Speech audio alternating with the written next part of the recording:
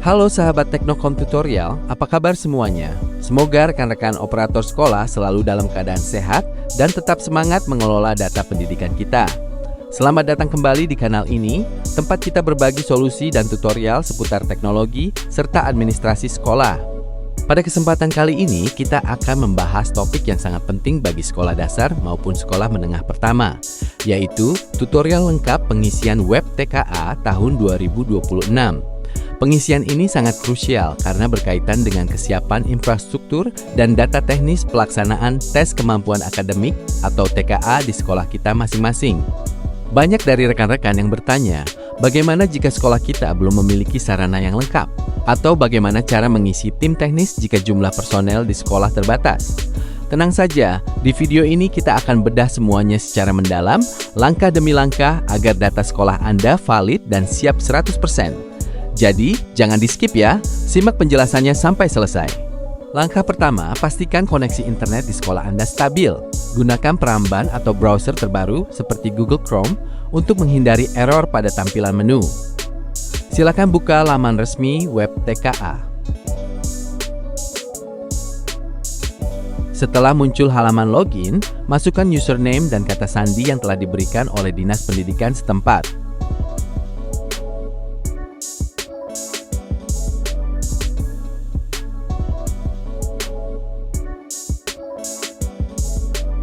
Setelah berhasil masuk, Anda akan diarahkan ke halaman dashboard utama. Di sini, perhatikan bagian checklist kelengkapan data. Jika masih ada tanda silang merah pada bagian infrastruktur atau surat kesiapan, itu tandanya kita harus segera melakukan pemutakhiran data sebelum batas waktu pendaftaran berakhir pada tanggal 28 Februari 2026. Mari kita mulai pengisiannya.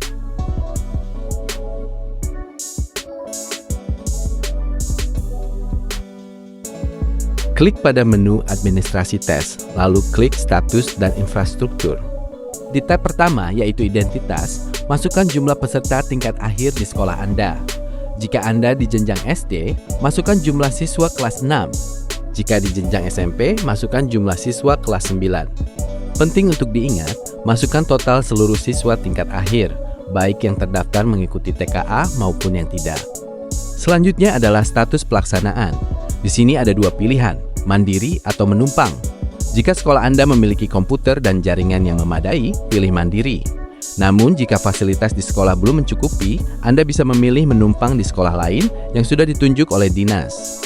Untuk moda pelaksanaan, Anda bisa memilih antara online atau semi-online. Pilihan ini sangat bergantung pada kestabilan internet di wilayah Anda. Jika internet sekolah sangat cepat dan stabil tanpa gangguan, moda online adalah pilihan yang paling praktis.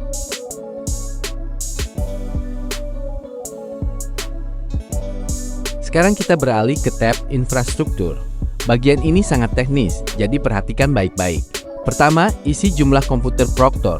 Idealnya, satu sekolah memiliki satu komputer utama sebagai server atau admin. Kemudian isi jumlah klien milik. Klien adalah perangkat yang akan digunakan oleh siswa, contohnya seperti laptop atau Chromebook milik sekolah. Jika jumlah perangkat milik sekolah masih kurang, jangan khawatir. Anda bisa mengisi kolom jumlah klien bukan milik jika sekolah meminjam perangkat dari guru atau orang tua siswa untuk sementara waktu.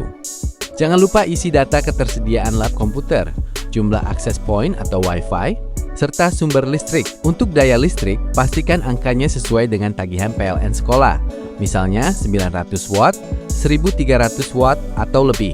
Ketelitian di bagian ini sangat penting agar sistem bisa menghitung beban distribusi ujian nantinya. Langkah berikutnya adalah mengisi kapasitas bandwidth. Di web TKA, Anda diminta memasukkan angka kecepatan unggah atau upload dan unduh atau download. Cara mengeceknya sangat mudah.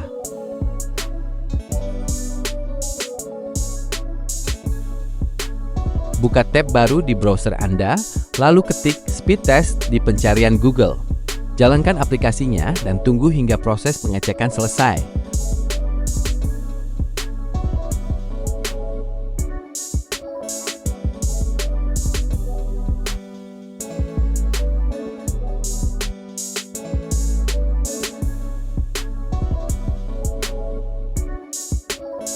Pastikan pengecekan ini dilakukan menggunakan jaringan internet sekolah, bukan jaringan pribadi dari handphone Anda. Setelah muncul hasilnya dalam satuan Mbps, salin angka tersebut ke dalam kolom yang tersedia di web TKA. Bulatkan angkanya jika perlu agar lebih rapi.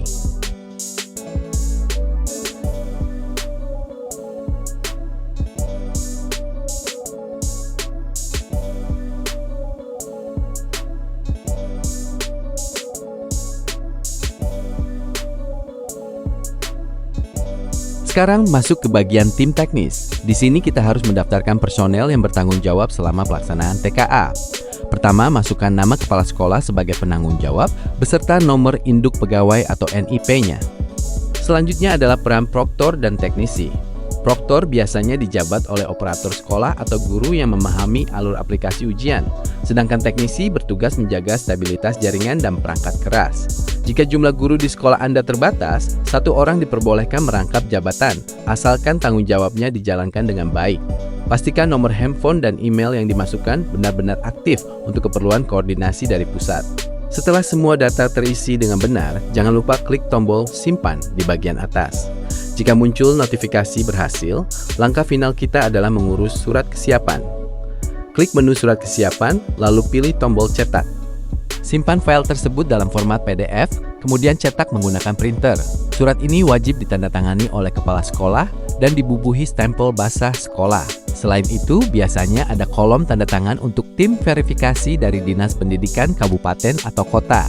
Setelah surat selesai ditandatangani dan distempel, langkah selanjutnya adalah melakukan scan atau foto surat tersebut. Pastikan hasilnya jernih, posisinya tegak lurus, dan seluruh tulisan terbaca dengan jelas. Simpan file hasil scan tersebut dalam format JPG, karena sistem web TKA hanya menerima format gambar, bukan PDF. Terakhir, klik tombol upload pada menu surat kesiapan, pilih filenya, dan kirim.